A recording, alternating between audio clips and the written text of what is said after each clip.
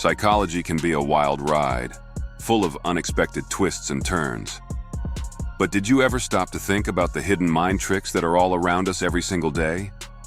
Yep, I am talking about the shadowy world of dark psychology.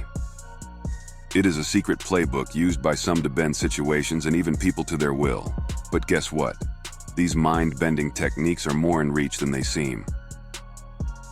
In today's video, I will share the top 10 dark psychology tricks so powerful you will wonder if they should even be allowed. These are the kinds of strategies that can give you the upper hand in any situation, help you to read between the lines, protect yourself from being manipulated, and even get people to see things your way. Whether you are looking to protect yourself against sneaky tactics or just curious about the power of influence, you are in the right place. Let's get started. The first trick is so slick that it should be off limits at all costs. Mirroring. Imagine you are chatting with someone, and without even realizing it, you start copying their movements, the way they talk, and even how they are standing. That is mirroring for you. It is like a secret handshake that your brain does without asking permission. It makes the person you are mirroring feel more connected to you. It is like you are saying, "Hey, we are the same, you and I," without uttering a single word. But what is sneaky about it is that you are doing this on purpose. You start mirroring someone's body language, their speech patterns, even their breathing rate. You are simply slipping under their radar. You make them feel all warm and fuzzy about you because on a subconscious level, they recognize themselves in you. But when used with a bit of mischief in mind, you can steer conversations, sway decisions, or even nudge people into seeing things your way. It is so effective that it shouldn't be allowed. Next up is the magic of using someone's name. Ever noticed how your ears perk up when you hear your name? As if the world fades away for a second, and it is just you in the spotlight. That is the power of a name. It is your identity, your badge, the sound that is music to your ears. So, when someone drops your name into a conversation, it does something special. It makes you feel seen, like you matter to them. It is a direct line to your emotions that makes you more open, more trusting, and, more likely to be swayed. But when someone uses your name strategically by peppering it into conversation like a secret spice, they are tapping into a deep-seated part of your psyche. It is a direct appeal to your ego, and it can make you more susceptible to suggestion. Think about it. Someone says, "You know, John, I really think you would be great at this." Suddenly, you're all ears, feeling unique and acknowledged. It is a subtle form of flattery that can disarm your defenses. It is a potent tool in the dark psychology playbook. The third trick is all about timing, strategically timed texts. We are all glued to our phones, right? Texts are like the lifeline of our social interactions. But when you start playing chess with your texting times, that is when you enter the dark side of psychology.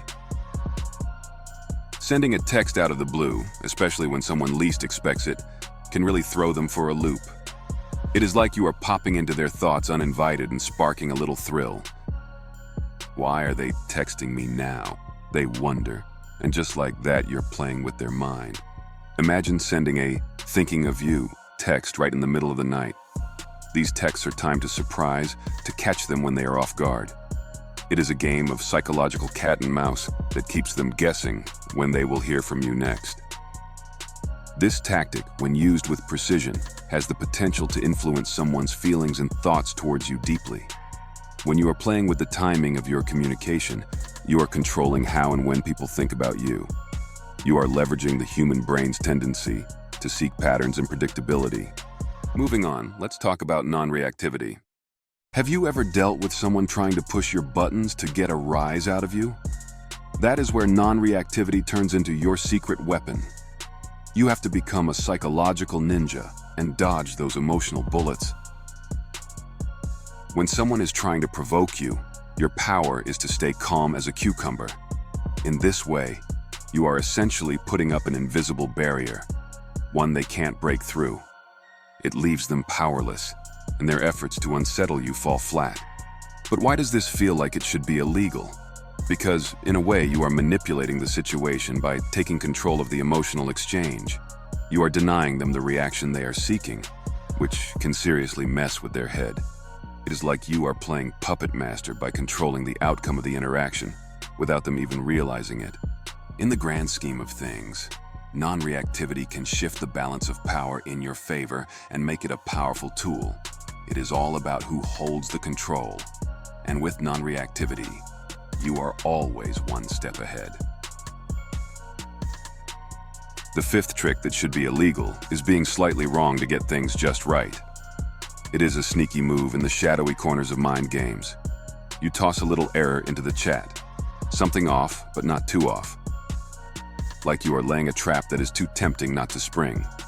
The moment you drop that not quite right fact, the other person's alarm bells start ringing, but not loud enough to make them walk away. Instead, they jump in to set the record straight. And just like that, they are spilling more beans than they intended and giving you a clearer picture of what is really going on. Basically, with this trick, you manipulated them into opening a door they didn't even know was there. This should be illegal because you are pulling strings to get inside someone's head.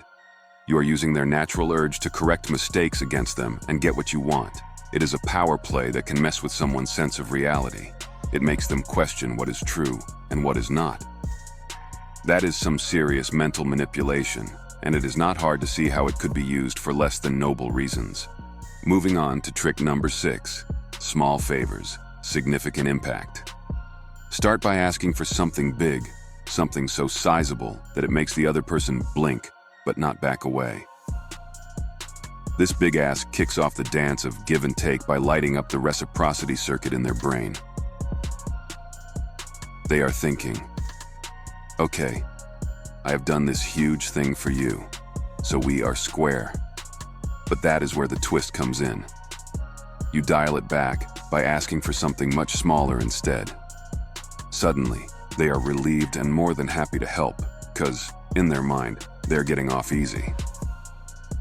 But in reality, you have just played them.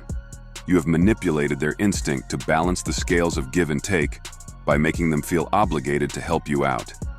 It is a subtle form of emotional blackmail, using guilt and the desire to be seen as helpful to get what you want. And that is why this trick is walking a fine line between clever and downright devious. You are exploiting basic human decency for your ends, and that is a game that can have real consequences for trust and relationships. It is a manipulation of the social contract, and messing with that, well, it is something that could easily be seen as crossing into territory that should be strictly off limits. Trick number 9, which is walking the line of being illegal, is all about the power of because. Do you ever notice how, just by dropping because into your sentence, you can sway someone to your side? That is because our brains are wired to seek reasons for everything. Say something, slap a because after it, and suddenly, everyone's ears perk up, ready to buy into whatever you are selling. It is like a psychological backdoor into people's minds and makes them nod along even if the reason you give is as thin as paper. It is a sneaky way to get a yes by using our natural thirst for explanations against us. Let's say you are trying to convince your friend to lend you their car for the weekend. Instead of just asking outright, you add a because to your request. Can I borrow your car for the weekend because I need to help my brother move? Suddenly, your friend is more inclined to say yes. That because makes all the difference. It gives them a reason, even if it is something simple or something they do not usually consider a big deal. The impact it leaves on your friend is enormous. He, who have been hesitant at first, now feels like they have a solid reason to lend you the car. They are thinking, well, they need it for something important, even if helping your brother move isn't the biggest emergency. You have nudged their decision-making process with just a word and convinced them more likely to agree to something they could have easily said no to before. Because you are messing with people's decision-making process, this dark psychology trick should be illegal. You are not winning them over with solid arguments. You are exploiting a mental shortcut. You are basically programming them to agree without them even realizing why they are doing it. That is a form of manipulation, plain and simple. You are bending their will with a single word, and that's a power that can easily be abused. Now on to the final dark psychology trick that should be banned, is using indifference. This one is all about playing it cool to get someone hooked.